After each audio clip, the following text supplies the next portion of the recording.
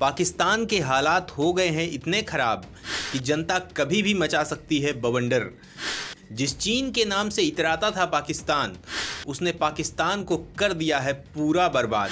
पाकिस्तानी रुपया हो गया है बेहद कमजोर।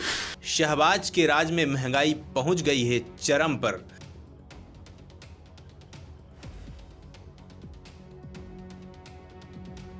भारत से दुश्मनी निभाने के लिए पाकिस्तान ने चीन से दोस्ती की, लेकिन पाकिस्तान ने इस बात को ध्यान नहीं दिया कि चीन बिल्कुल उसी की तरह दगाबाज है।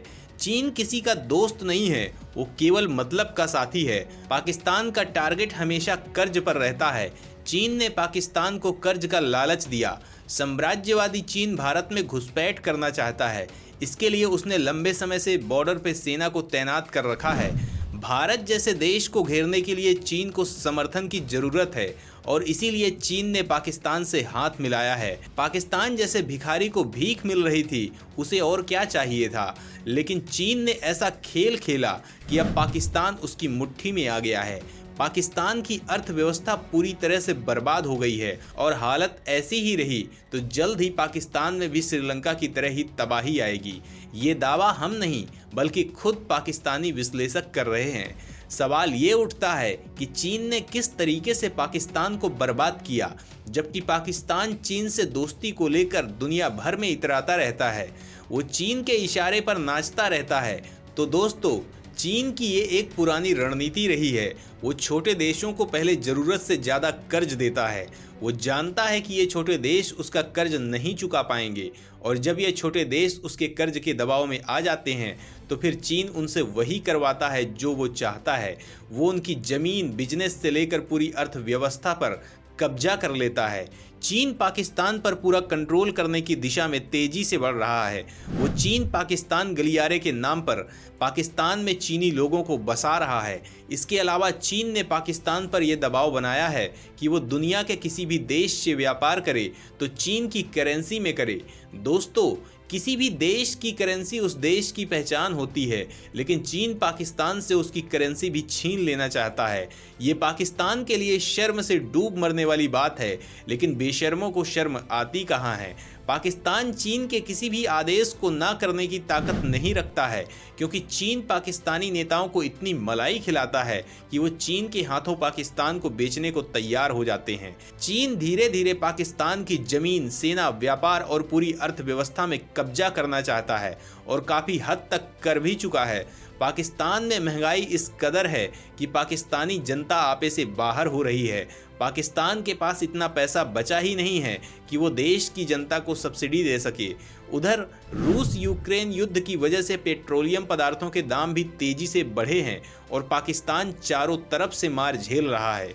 FATF ने तो पाकिस्तान को ग्रे लिस्ट में डाल के रखा है। उसके अलावा भी कोई देश पाकिस्तान को कर्ज देने को तैयार नहीं है। श्रीलंका को तो भारत ने मदद दे दी, लेकिन पाकिस्तान के लिए ये असंभव है, क्योंकि पाकिस्तान भारत का जानी दुश्मन है और मोदी ने पाकिस्तान को बर्बाद करने की कसम खाई है। पाकिस्तान की इस बुरी दशा पर क्या कह रहे हैं उसके एक्सपर्ट। मोदी ने कैसे पाकिस्तान को दुनिया भर में किया अलग थलग। पाकिस्तान में महंगाई कितनी हो गई है बेकाबू। दोस्तों, इन सवालों का जवाब जानने के लिए वीडियो को आखिरी तक देखिए। आपको यकीन हो जाएगा कि पाकिस्तान का अस्तित्व जल्द ही मिट्टी में मिल जाएगा। पाकिस्तानी विश्लेषकों ने खोल दिया अर्थव्यवस्था का कच्चा चिट्ठा। राजनीतिक अस्थिरता की वजह से निवेशकों में है दहशत का माहौल। दोस्तों, पाकिस्तानी मूल के टॉप इकोनॉमिस्ट आतिफ मियां ने देश की स्थिति को लेकर बड़ी चेतावनी दी है। उन्होंने कहा है कि रुपए की कीमत गिरने के बाद स्थिति और बिगड़ने वाली है। उन्होंने एक के बाद एक कई ट्वीट किए और कहा कि पिछले 3 माह में पाकिस्तानी रुपए की कीमत में 20% की गिरावट दर्ज की गई है। उन्होंने कहा कि सबसे बड़ी चुनौती जो पाकिस्तान के सामने है वो है विश्वसनीयता के साथ निवेशकों और जनता को वापस लाना। उन्होंने लिखा है कि विदेशों की दया पर निर्भर पाकिस्तान सब कुछ खो चुका है। राजनीतिक तबका इस पाप का सबसे बड़ा भागीदार है।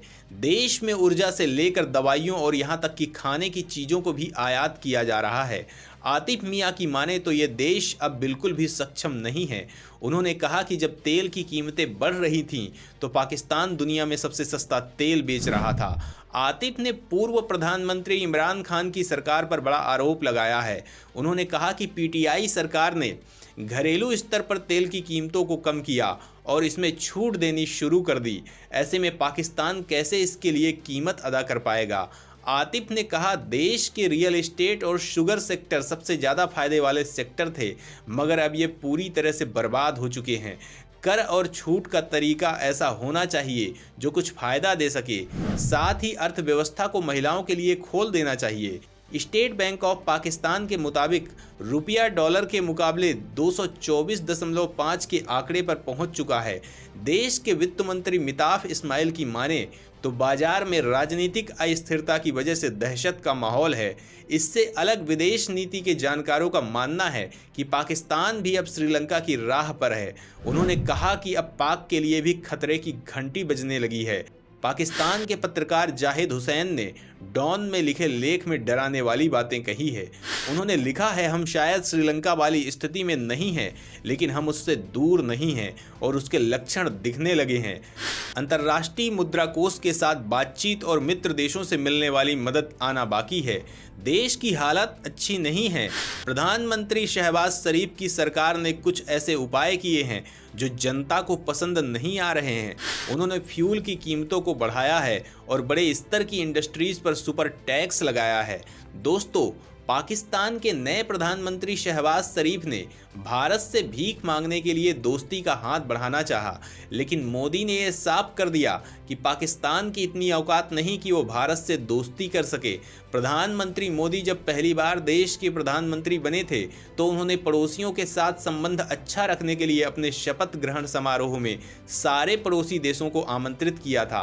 पाकिस्तान के तत्कालीन प्रधानमंत्री नवाज शरीफ को भी आमंत्रित किया गया था। नवाज शरीफ उस आयोजन में आए भी थे। इसके बाद मोदी अचानक नवाज शरीफ की पोती की शादी में शिरकत करने पहुंचे थे, लेकिन हमेशा की तरह पाकिस्तान ने भारत के साथ गद्दारी ही की। देश की सेना पर उड़ी में आतंकवादी हमला हुआ और गुस्साए मोदी ने पाकिस्तान के भीतर सर्जिकल स्ट्राइक करके आतंकवादियों की लाशें बिछा दी। इसके कुछ दिनों के बाद पाकिस्तानी आतंकवादियों ने पुलवामा में फिर हमला किया। बदले में मोदी ने बालाकोट एयर स्ट्राइक करके पाकिस्तान में धुआं उड़ा दिया और मोदी ने यह शपथ ले ली कि वो पाकिस्तान को पूरी दुनिया में अलग थलग कर देंगे। और आज पाकिस्तान के हालात ये हो गए हैं कि दुनिया में कोई भी उसको कर्ज देने को राजी नहीं है। पाकिस्तान ने इस्लामिक देशों से मदद के लिए इस्लाम का सहारा लिया, लेकिन इस्लामिक देशों ने भी पाकिस्तान को जूते मारकर भगा दिया।